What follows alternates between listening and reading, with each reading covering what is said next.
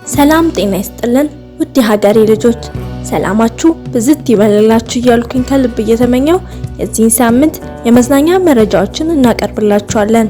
እስከ መረጃዎቻችን ፍጻሜ ድረስ አብራችሁን ቆዩን። የደራሲ አድኖን ምትኩ በመኖር በኩል መጽሐፍ ሰኞ ግንቦት 4 ቀን 2017 ዓ.ም በኢትዮጵያ ብሔራዊ ቲያትር ቤት ተመርቆ ለንባብ ሊበቃ ነው። በመኖር በኩል መጽሐፍ 17 አጫጭርና የተያያዙ ታሪኮች ያሉትን የልብ ወለድ መጽሐፍ ነው። ደራሲ አድኖን ምትኩ የበኩር ስራው የሆነው አዎ እሱ ጋር ያመኛል የተሰኘው የአጫጭር ታሪኮች ስብስብ መጽሐፍ በግንቦት ወር 2015 ዓ.ም ለንባብ ያደረሰ ሲሆን መጽሐፉ ተወዳጅነትን በማትረፍ በአጭር ጊዜ ውስጥ 5ኛ እትመት ደርሶ ከ18000 ኮፒ በላይ መሸጥ እንደተቻለ ተነግሯል።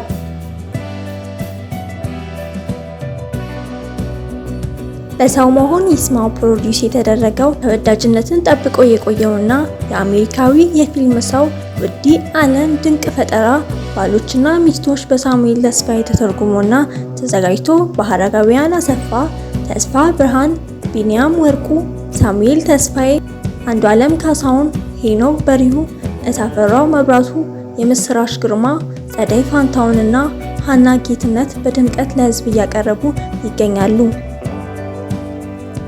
በአዲስ አቀራረብ ቅዳሜ 11 ሰዓት ተኩል በኢትዮጵያ ብሔራዊ ቲያትር ያገኙታል።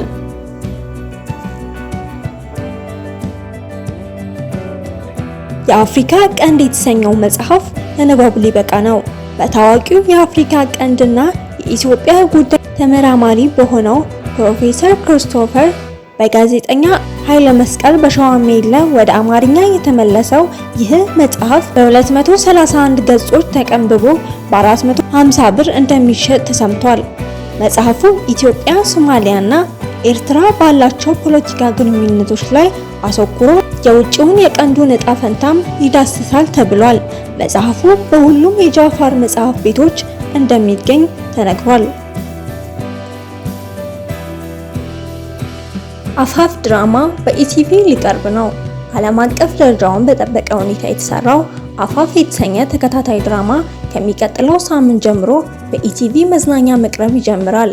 ስመጥር ኢትዮጵያውያን አርቲስቶች፣ ባለሙያዎች የተሳተፉበት አደራና ትውፊት ከድብቅ ምኞት ጋር ሲጋጭ የሚያሳይ ልብ አንጠልጣይ ድራማ ከሰኞ ግንቦት 11 ቀን 2017 ዓ.ም ጀምሮ መታየት ይጀምራል።